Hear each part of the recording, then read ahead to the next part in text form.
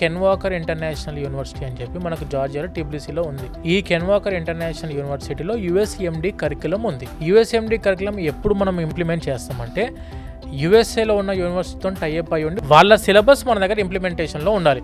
ఆ యూనివర్సిటీ పేరే Emory university. Emory university which is in Atlanta, Georgia, USA. మన ఇండియాలో ఎలా అయితే ఎన్ఎంసి నేషనల్ మెడికల్ కమిషన్ ఉందో సేమ్ అదేవిధంగా జార్జియాలో NCEQE అని ఉంటుంది, national centre for education quality enhancement. It is a regulatory body for the MBBS in Georgia. ఈ NCEQE WFME ద్వారా రికగ్నైజ్డ్ రెగ్యులేటరీ బాడీ. అంటే ఈ WFME రికగ్నేషన్ వల్ల ఏం వస్తుంది అని అంటే ప్రపంచం మొత్తం డిగ్రీ వ్యాలిడ్. WFME గుర్తింపు దీనికి ఉంటే ఇది ఇంపార్టెంట్. WFME అప్రూవల్ లేని రెగ్యులేటరీ బాడీలో మీరు చదువుకుంటే that degree is not valid for any other countries. మీరు ఏ కంట్రీలో చదువుకుంటే అదే కంట్రీలో సెట్ అయిపోవాల్సిందే. And the second thing is country very safest country, third safest country.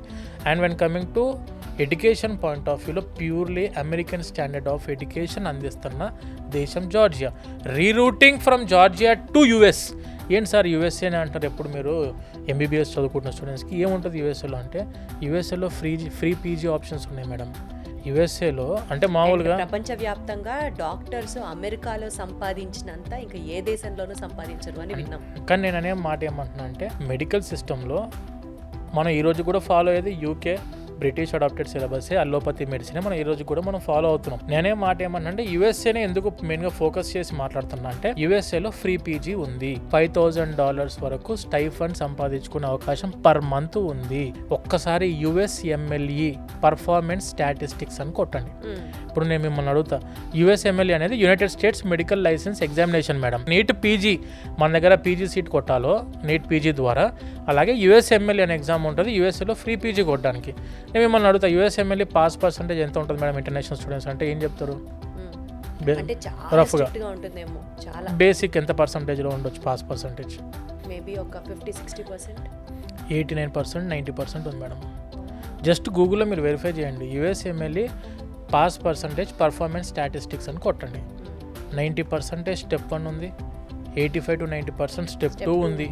అంటే USMLE 3 స్టెప్స్ ఉంటుంది. థర్డ్ స్టెప్ అవసరం లేదు మన స్టూడెంట్స్ కానీ. Third step is call for the license. అక్కడ మనము USAలో PG అయిపోయాక లైసెన్స్ తీసుకొని అక్కడే డాక్టర్ లాగా సెటిల్ అయిపోదాము అనుకున్నాడు స్టెప్ 3 రాసుకోవాలి అక్కడ. Step 1 and step 2 is enough to enter in to free PG in US. Step 1 అనేది బేసిక్ సైన్సెస్ మీద, వాళ్ళ థర్డ్ ఫౌండేషన్ కోర్సెస్ మీద ఉంటుంది మొత్తము. స్టెప్ 2 వచ్చేసరికి క్లినికల్ నాలెడ్జ్ మీద ఉంటుంది. ఇది స్టెప్ 1 వచ్చేసి pass or fail examination just. Step 2 అనేది మీకు క్లినికల్ నాలెడ్జ్ మీద ఎగ్జామినేషన్ ఉంటుంది.